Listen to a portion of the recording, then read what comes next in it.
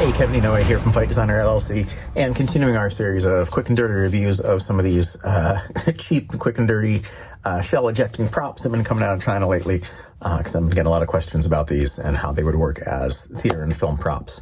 So I've had some cool yeses, I've had some no passes, and up next we've got a solid maybe, that being the Taran Tactical Combat Master. Now, at first glance, it's kind of nice. It's got some trademarks. It's got a decent look. Yes, the barrel would need painted.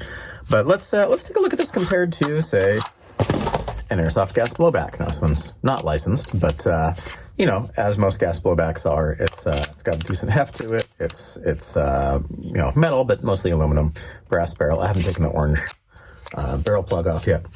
Not barrel plug, but muzzle extension that is required by law for a lot of these.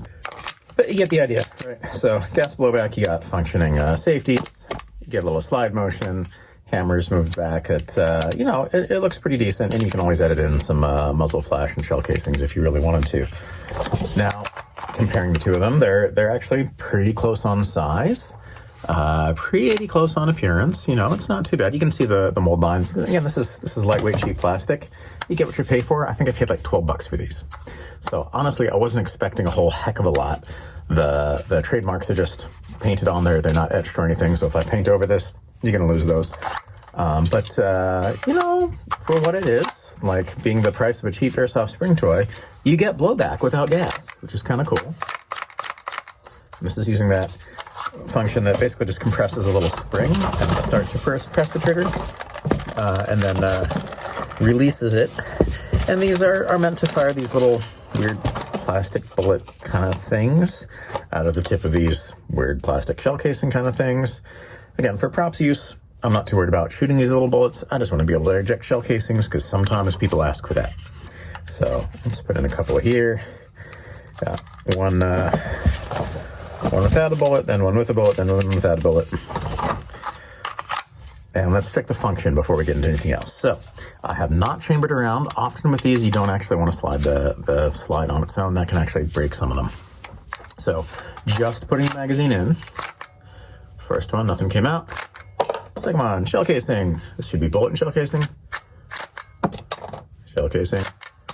Shell casing. Woohoo!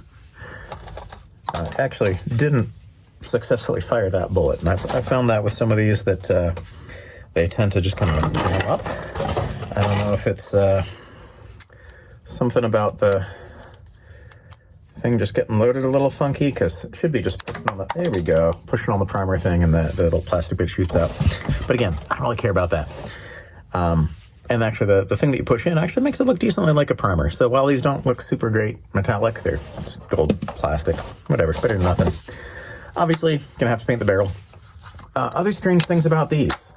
The spring on the outside of that barrel, of the outer barrel, is odd, right? That's just not something you would ever see on a real firearm. That spring on the outside, the springs would be like in a guide rod underneath, not on the barrel itself.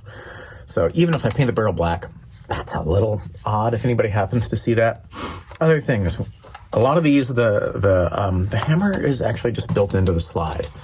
So the hammer doesn't move, right?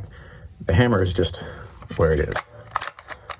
Now, most people aren't going to notice that or care, but any gun people are going to be like, hang on, this is a single action style of firearm. So if the hammer is not back, if you have it not cocked, you can pull the trigger all you want and nothing's going to happen because it's a single action firearm. All the trigger does is release the hammer.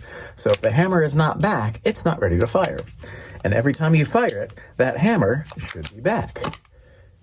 The slide moves the hammer back. So as you're firing it, this should look like this with the hammer back by the beaver tail, and not like this with the hammer straight up. This looks like a decocked, not ready to fire, not been fired, which is usually not what I want for my props. Because usually when we're pulling out props, especially if you want them to eject shell casings, it's because I want them to look like they're being fired and have been fired, and not like they're not ready to fire at all, like this one.